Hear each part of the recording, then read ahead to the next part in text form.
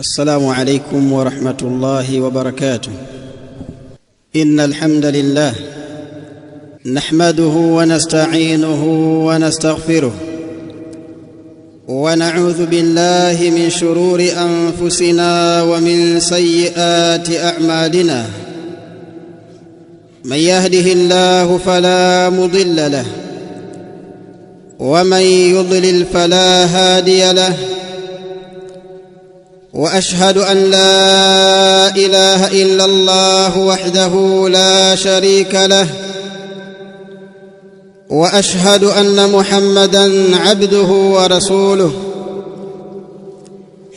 يا أيها الذين آمنوا اتقوا الله حق تقاته ولا تموتن إلا وأنتم مسلمون. يا أيها الناس اتقوا ربكم الذي خلقكم من نفس واحدة وخلق منها زوجها وبث منهما رجالا كثيرا ونساء، واتقوا الله الذي تساءلون به والأرحام، إن الله كان عليكم رقيبا. يا أيها الذين آمنوا اتقوا الله وقولوا قولا سديدا يصلح لكم أعمالكم ويغفر لكم ذنوبكم، ومن يطع الله ورسوله فقد فاز فوزا عظيما. أما بعد، فإن أصدق الحديث كتاب الله، وخير الهدى هدى محمد صلى الله عليه وسلم، وشر الأمور محدثاتها، فإن كل محدثة بدعة وكل بدعة ضلالة وكل ضلالة في النار. أيها الناس عباد الله، Allah subhanahu wa ta'ala amewafanya mitume na manabii kuwa ndio kiigo chema katika yale ambayo wanayoyafanya. Kwa hiyo yale ambayo manabii walikuwa wakiyafanya katika mienendo na tabia, kuyaiga mambo hayo ni bora na ni fadhila, na mtu anatakiwa ajifakharishe kwa yeye kuwa kiigo chake ni mitume wa Allah na manabii wa Allah jalla wa ala, na wala si vinginevyo. Na katika mambo ambayo ni katika mwenendo wa mitume wa Allah na manabii wa Allah jalla wa ala, ni jambo ambalo tutakalokuja kuligusia ndani ya hutuba hii, nalo ni jambo la i'fa'ul lihya, jambo la kufuga ndevu na kuziachia ndevu bila ya kuzinyoa. Jambo hili ni katika mwenendo wa mitume wa Allah subhanahu wa ta'ala. Yaqulu Allahu jalla wa ala fi kitabihi al-karim, qala ya ibna la ta'khudh bi lihyati wala bi ra'si inni khashitu an taqula farraqta bayna bani Israil wa lam tarqu bi qawli. والشاهد من هذه الآية بارك الله فيكم قول الله جل وعلا لا تأخذ بلحيتي. Allah subhanahu wa ta'ala ndani ya aya hii anatuonyesha ya kwamba Nabiyullahi Harun alikuwa ana ndevu, tena si ndevu chache, ni ndevu nyingi, kuonyesha ya kwamba alikuwa anazifuga ndevu zake, na huo ndio wanaume, na hivyo ndivyo ambavyo Allah subhanahu wa ta'ala amejalia katika alama nyingi ambazo zinazotofautiana baina ya adh-dhakari wal untha. Amejalia miongoni mwa alama hizo ni ndevu. Akamuumba mwanaume akiwa ana maumbile ya kuota ndevu, akamuumba mwanamke akiwa ana maumbile ya kutoota ndevu.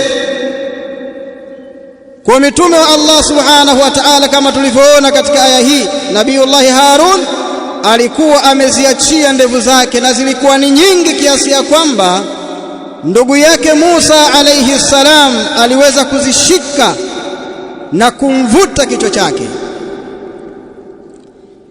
Baada ya kuona katika aya hii hali hiyo kwa Nabiyullahi Harun alayhi salatu wassalam, hebu tutazame kwa mtume wetu Muhammadin sallallahu alayhi wasallam. Je, alikuwa vipi katika jambo hili la kuzifuga ndevu na kuziachilia ndevu? Fafi sahih al-Imam Muslim rahimahullahu ta'ala min hadithi Jabir ibn Samurah radiyallahu ta'ala anhu qala wa kana Rasulullah sallallahu alayhi wasallam kathira sha'ri al-lihyati.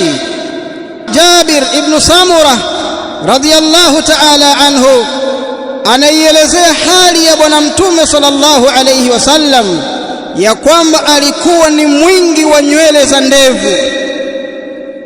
Kwa hiyo mtume sallallahu alayhi wasallam alikuwa ana ndevu nyingi, amezifuga na kuziachia ndevu zake, mpaka ilifikia masahaba zake katika zile swala za kimya kimya wanagundua ya kwamba hapa anasoma kwa kile kitendo cha ndevu zake kutikisika na kucheza cheza. Fa an Abi Amr qala qulna li Khabbab akana Rasulullah sallallahu alayhi wasallam yaqra'u fi adh-dhuhri wal 'asri. Abu Amri anasema tulimuuliza Khabbab ibn Arat, je, alikuwa bwana mtume sallallahu alayhi wasallam akisoma chochote katika swala ya adhuhuri na al-asri? Qala na'am. Khabbab akasema ya kwamba ndiyo alikuwa anasoma. Qulna bima kuntum ta'rifuna dhalik, ni kwa kitu gani mlikuwa mkifahamu jambo hilo kwamba hapa anasoma mtume sallallahu alayhi wasallam? Qala bi'tirabi lihiyatihi, akasema Khabbab tulikuwa tukilifahamu hilo kwa kule kutikisika na kucheza cheza ndevu zake, ndevu ambazo mtu akiwa nyuma anagundua kwamba wewe unasoma ni ndevu nyingi hizo. Hiyo ndiyo hali ya bwana mtume sallallahu alayhi wasallam. Lakini pia inatakiwa ifahamike ya kwamba kuzifuga na kuziachilia ndevu ndiyo jambo la kimaumbile, kama alivyoelezea Aisha ummul mu'minin radhiyallahu ta'ala anhu kutoka kwa mtume sallallahu alayhi wasallam. Fa an Aisha ummul mu'minin radhiyallahu ta'ala anha, imepokelewa kutoka kwa Aisha mama wa waumini, Allah amridhie, qalat, amesema qala Rasulullah sallallahu alayhi wasallam, amesema mjumbe wa Allah swala na salamu zimshukie juu yake, ashrun min alfitra, mambo ya sampuli 10 ni katika maumbile. Kisha akasema qasu sharib, miongoni mwa mambo hayo ya kimaumbile ni qasu sharib, kuzikata sharubu, ukazipunguza na kuzinyoa sharubu zako. Hilo ni katika mambo ya kimaumbile kwa mujibu wa sheria ya Allah jalla wa ala. Kisha akasema wa i'fa'ul lihya, na kuziachilia na kuzifuga ndevu. Kwa kuzifuga ndevu ni katika maumbile salama, bali ni katika alama kubwa miongoni mwa alama zinazomtofautisha baina ya mwanaume na mwanamke. Baada ya kulifahamu hilo, hebu tuangalie huyu mtume sallallahu alayhi wasallam ameufundisha vipi umma wake kuhusiana na jambo la kufuga ndevu? Je, aliliachia tu kwamba ni jambo la ada na desturi kama wanavyodai baadhi ya watu kwamba kufuga ndevu ni desturi ya Waarabu? La, Bwana Mtume sallallahu alaihi wasallam ameelekeza, ametoa muongozo katika jambo la ndevu. فعن أبي هريرة رضي الله تعالى عنه قال قال رسول الله صلى الله عليه وسلم جزوا الشوارب وأرخوا اللحى خالفوا المجوس. Mtume sallallahu alaihi wasallam anasema ndani ya hadithi hii aliyoipokea sahaba huyu mtukufu Abu Huraira, jazu shawarib, zikateni sharubu, wa arkhul liha, na ziachilieni ndevu, khaliful majus, wa khalifuni wa majusi waabudu moto, kuonyesha ya kwamba hawa wa majusi waabudu moto ilikuwa katika desturi yao ni kuzifuga sharubu na kuzikata ndevu zao, kama anavyosema An-Nawawi rahimahullah, qala rahimahullah, wa kana min adati al-furs, ilikuwa katika desturi ya wafurs wa majusi hao, qasu al-lihyati, ni kuzikata ndevu. Huo ndio ulikuwa utaratibu wao na desturi yao. Fanaha ash-shar'u an dhalik, sheria ikalikataza jambo hilo, jambo la kuzikata ndevu, sheria ikalikataza jambo hilo. Hadithi nyingine kutoka kwa sahaba Abdullah ibn Umar radhiyallahu ta'ala anhuma, naye anasema qala Rasulullah sallallahu alayhi wasallam, amesema Bwana Mtume sallallahu alayhi wasallam, khalifu almushrikin, wa khalifuni washirikina. Kwa kufanyaje? Kwa kutekeleza jambo gani? Akasema ahfu shawarib wa afu liha, wa khalifuni kwa kitendo cha kuzikata sharubu zenu na kuziachia ndevu zenu. Na katika riwaya nyingine akasema wafiru liha, ziachilieni ndevu, wa ahfu shawarib, na zikateni sharubu. Hadithi hizi zikajulisha ya kwamba sheria ya Allah subhanahu wa ta'ala ala lisani Rasulillah sallallahu alayhi wasallam imetoa muongozo wa sawa kabisa ya kwamba mwanaume anatakikana aziachie ndevu zake, azifuge ndevu zake. Idhan i'fa'u liha, jambo la kuzifuga ndevu ni sunnatu Rasulillah sallallahu alayhi wasallam qawlan wa fi'la, ni sunna ya Bwana Mtume sallallahu alayhi wasallam. Kwa kauli ameamrisha watu wafanye hivyo, lakini pia kwa kivitendo yeye mwenyewe alikuwa akizifuga ndevu zake. Una nini wewe mwanaume ukashindwa kumuiga Mtume Muhammad sallallahu alaihi wasallam ukaziachia ndevu zako?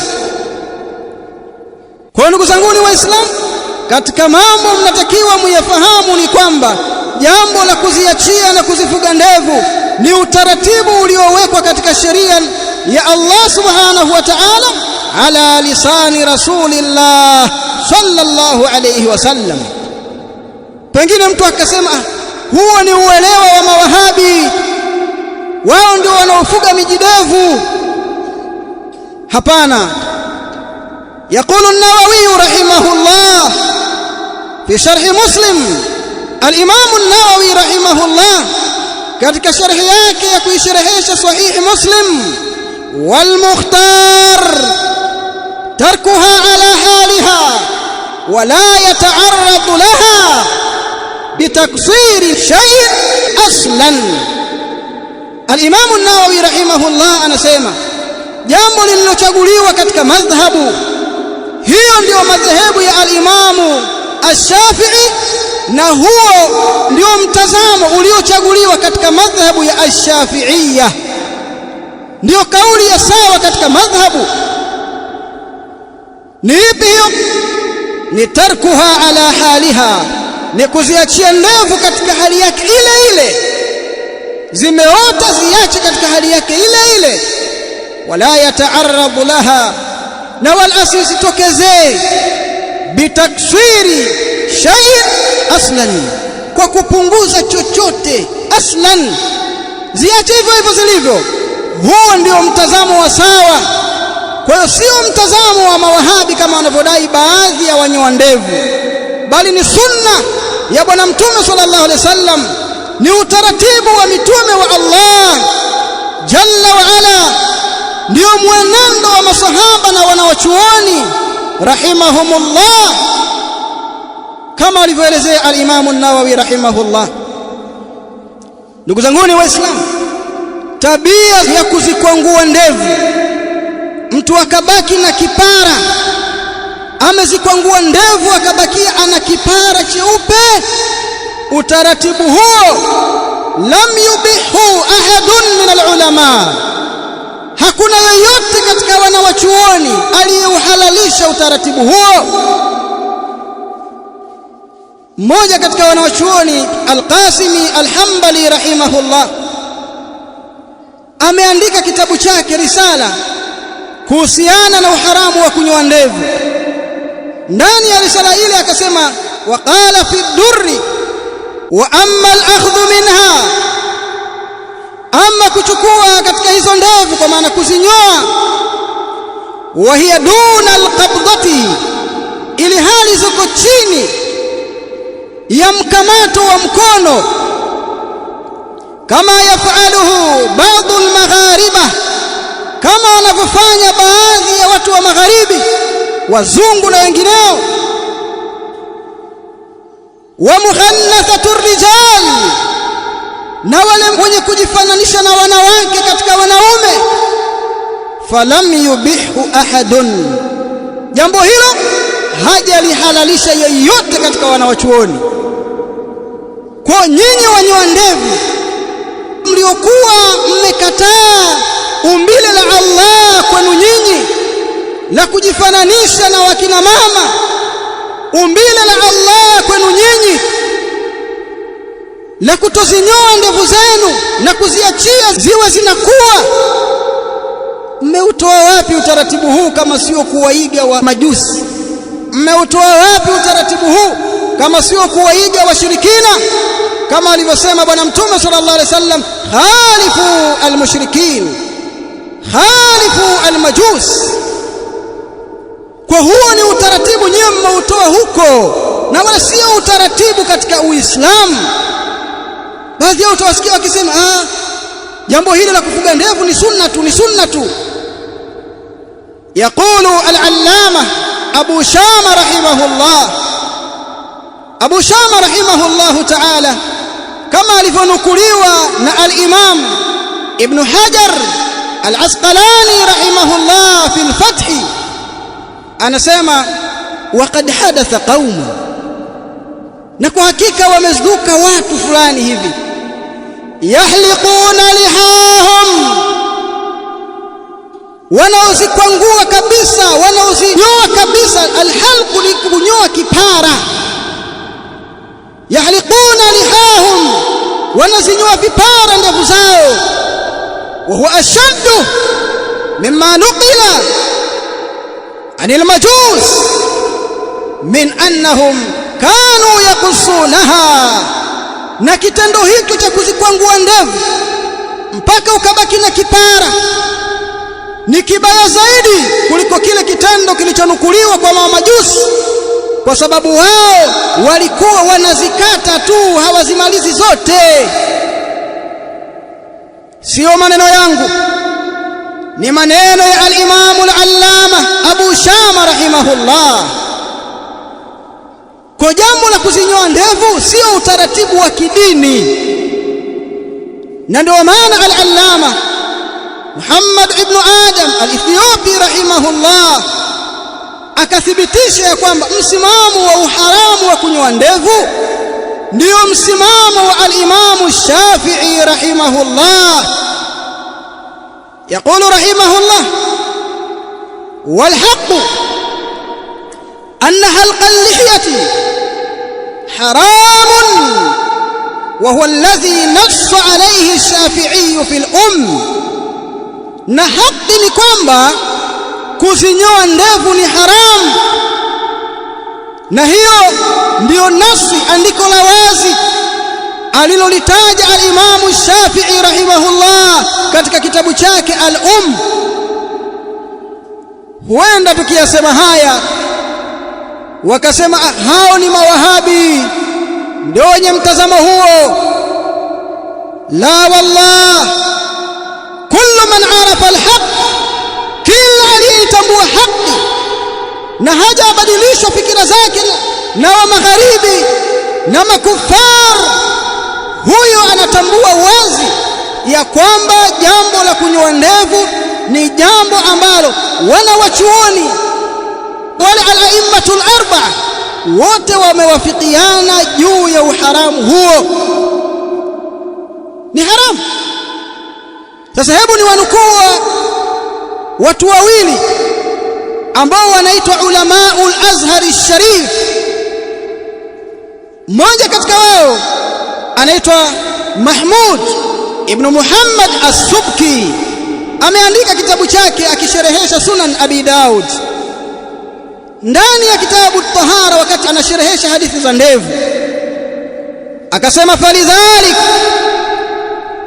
kana halqul lihiyati muharraman inda a'immati almuslimin almujtahidin Abi Hanifata wa Malik wa Shafi'i wa Ahmad rahimahumullah. Huyu si wahabi, ni mwanawachuoni katika wanawachuoni ambao wanazingatiwa na masufi, lakini amezungumza haki kuhusiana na jambo la kutozinyoa ndevu. Akasema falidhalika, kwa sababu hiyo, kana halqul lihiyati, kumekuwa kuzinyoa ndevu, ukazikwangua ndevu ukawa kipara kabisa, jambo hilo muharraman inda a'immati almuslimin almujtahidin, ni jambo lenye kuharamishwa mbele za wanawachuoni wa Waislamu wenye kujitahidi katika masala.